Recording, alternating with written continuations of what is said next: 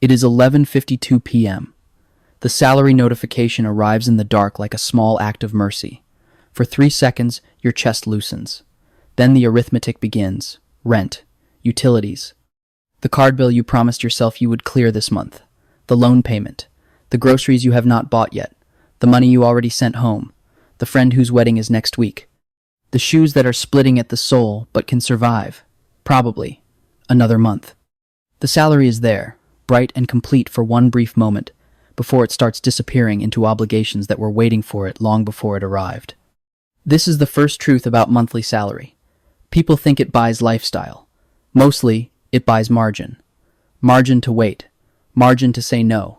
Margin to absorb a bad month without turning it into a crisis. And the strange part is that as the number grows, life does not simply become better. It becomes quieter in some places, sharper in others, more expensive in ways you did not expect, and much more revealing about who actually controls your time. At the lowest level, the salary is survival disguised as employment. Imagine $800 a month in a city that has already decided that dignified living costs more than that. You are not planning. You are sequencing damage. You know which bills can be delayed without immediate punishment. You know which app lets you split the payment one more time. You know the emotional weather of your manager's face because being late, getting sick, or missing a shift is not a minor inconvenience. It is the beginning of a chain reaction. At this level, your schedule is not a calendar. It is a set of vulnerabilities. One missed paycheck, and the entire structure starts leaning. What changes first at this level is not your standard of living. It is your psychology. You become highly intelligent about tiny amounts of money. $10 is not abstract. It is lunch for 2 days. It is a ride you do not have to walk. It is detergent, phone data, or the difference between paying now and paying with shame later. People with more money will call this budgeting. It is not budgeting. It is threat management. You are not building a life. You are trying to keep one from collapsing. Then comes the first real upgrade, around $1,500 to $2,000 a month. Not glamorous, not impressive, but different. This is the level where your money stops arriving already dead. You can pay your bills inside the month they belong to. You can buy groceries without mentally calculating the exact total before you reach the cashier. You still notice prices, but the noticing is less violent. If your phone screen cracks, it is annoying, not apocalyptic. If the train fare rises, you complain, but you still get to work. This is where people begin to confuse stability with wealth. They are not the same. Stability is when a problem does not instantly become a disaster. Wealth is when a problem does not control your behavior at all. At $2,000 a month, you may finally feel respectable. Your clothes fit better. You replace things before they fully die. You start saying, "I'm doing okay," and for the first time, it is not a performance. But look closer. You still depend on your salary with full-body dependence. Miss 2 paychecks and the truth returns immediately. Your life is standing now, but it is still standing on one leg. Around $3,000 to $4,000 a month, a subtler transformation begins. This is the salary of professional adulthood in many places. Not rich, but presentable, structured. You have direct deposits going into separate accounts. Rent is paid on time. Debt is no longer multiplying quite so fast. There may even be a small automatic transfer into savings every month, an amount so modest it almost feels symbolic. $50, $100, $300 if you are unusually disciplined or unusually frightened. But that transfer matters because it changes the story you tell yourself. Before, money only passed through you. Now a little of it stays. This level comes with an emotional trap of its own. You start looking successful from the outside. You live in a cleaner apartment. You buy a decent laptop. You book flights without feeling criminal about it. You take your parents to dinner and pick up the bill before anyone can argue. The world begins to mirror back a new identity. Responsible, upward, settled. But the machine underneath is still fragile. At this salary, one promotion can change your life. But one dependent, one move to a more expensive neighborhood, one medical issue, one breakup, one period of unemployment can erase the entire performance. This is the level where people seem financially secure and secretly feel one bad quarter away from humiliation. Then you cross into the zone that most people spend their 20s fantasizing about, $5,000 to $7,000 a month. Here, the salary stops feeling like rescue and starts feeling like architecture.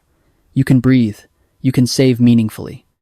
You can invest, not because a finance influencer told you to, but because there is finally something left after the month has taken its bite. Your bank account does not look heroic, but it no longer looks wounded. You think in quarters now, maybe even in years. You do not just ask, "Can I afford this?" You ask, "Is this worth what it will cost me over time?" This is also where class becomes social, not just financial. Your friends change, or rather, your relationship to your friends changes. You notice who always cancels because they are broke. You notice who never checks the price of wine. You notice how some people are wealthy enough to appear relaxed, and others are merely paid enough to imitate relaxation. You begin to understand that income does not just buy products, it buys participation. It buys entry into restaurants, neighborhoods, hobbies, and expectations. At this level, you can attend the wedding without panicking about the gift. You can join the weekend trip. You can say yes more often.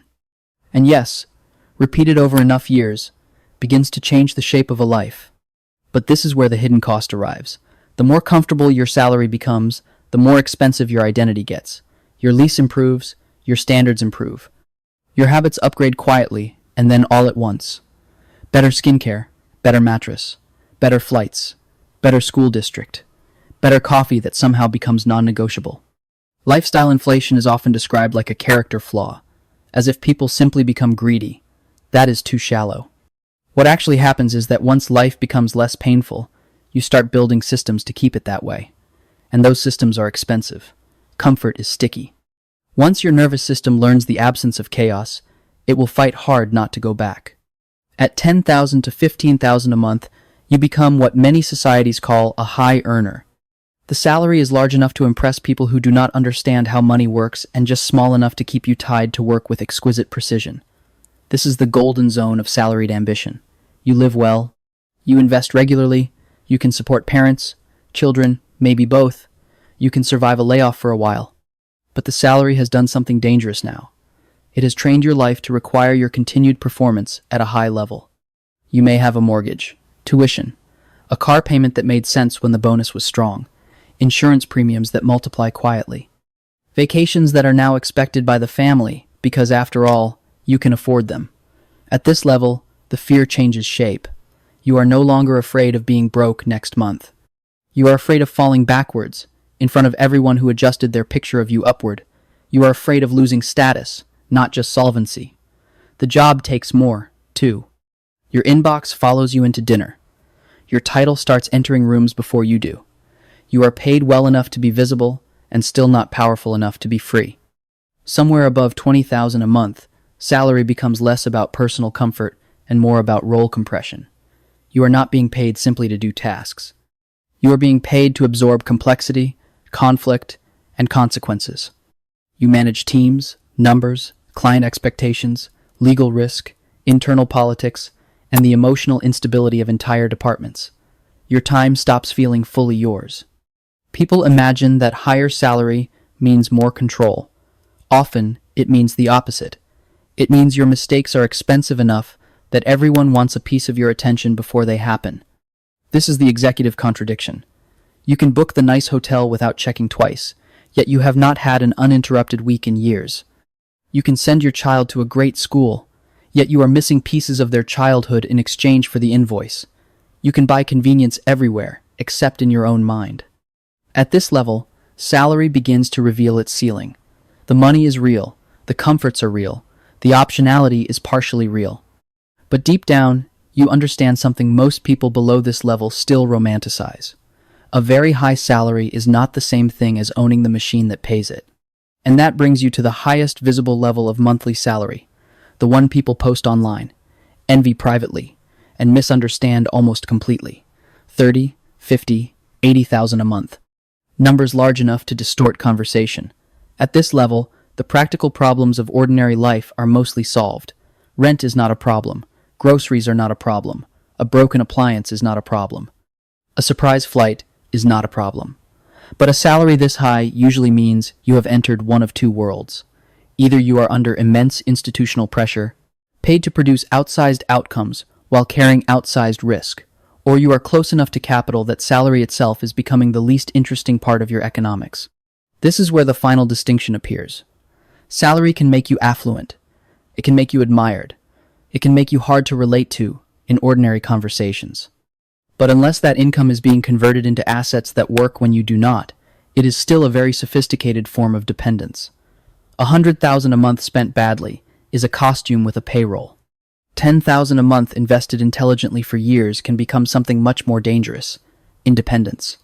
So, the real ladder is not low salary to high salary. It is dependence to margin, margin to stability, stability to leverage, leverage to ownership. Monthly salary matters because it changes how hard life can hit you without knocking you down. But its deeper effect is philosophical.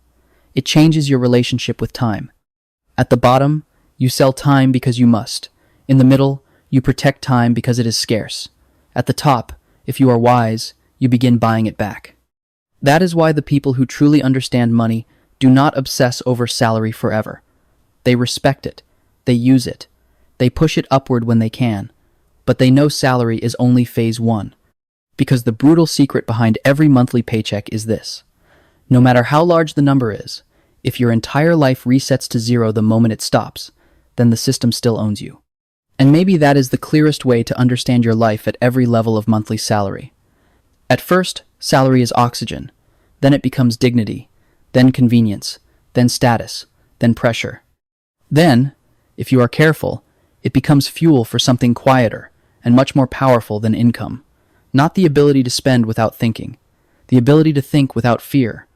That is the level most people are actually chasing, even when they say they want more money. Not luxury, not applause, not a nicer version of dependence. What they want is the moment the salary arrives and does not immediately dictate the month, the mood, the conversation, the future. The moment it enters your account and stays, for once, as a tool instead of a rescue. Because in the end, your monthly salary is not just a number on a payslip. It is a measurement of how much uncertainty your life can survive. And the higher you climb, the more one question matters. Are you earning more, or are you merely getting more expensive to maintain?